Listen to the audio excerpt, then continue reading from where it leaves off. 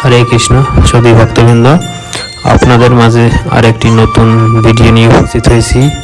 এটি শ্রীধাম বৃন্দাবন থেকে 10 কিলোমিটার এবং ছটিগড়া হাইরোড থেকে দিল্লির রাস্তায় 4 কিলোমিটার দূরে অবস্থিত। এই গ্রামের নাম হচ্ছে জেতগাঁও।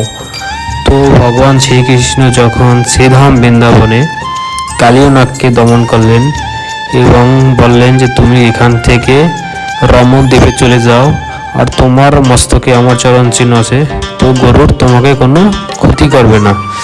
তো কালিয়নাগ তার সপরিবারে যখন রমক দ্বীপে যাচ্ছিলেন, তো এখানে এসে তিনি ভাবলেন যে পরমেশ্বর ভগবান থাকতে আমি আমার ক্রূর ভাবের জন্য চিনতে পারলাম না, তো আমি আর একবার যদি তাকে দর্শন না করি তাহলে কেমন হয়।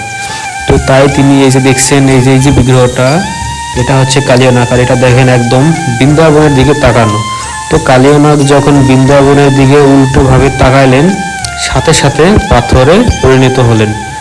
আর কালিয়নাগের যে আত্মাটা এটি রমক দ্বীপে চলে গেছে। তো যখন ইংরেজরা এসে অনেক গুলিবিদ্ধ করে এই বিগ্রহটা ভাঙার জন্য, কিন্তু কোনোটাই কোনো ক্ষতি হয় না। এবং এই যে কুণ্ডটা দেখছেন, এটার একটি মাহাত্ম্য আছে। এই গ্রামটায় ভগবান শ্রীকৃষ্ণ অঘাসুরকে বধ করেছিলেন।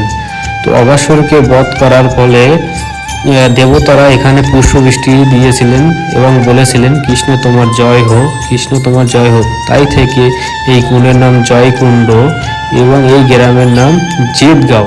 এবং এটি সেই 5,500 বছর পুরনো সেই কালিয়নাগের বিগ্রহ এখনো অবস্থান করতেছে এবং সকলকে দর্শন দিচ্ছে। তো সবাই দর্শন করুন। হরে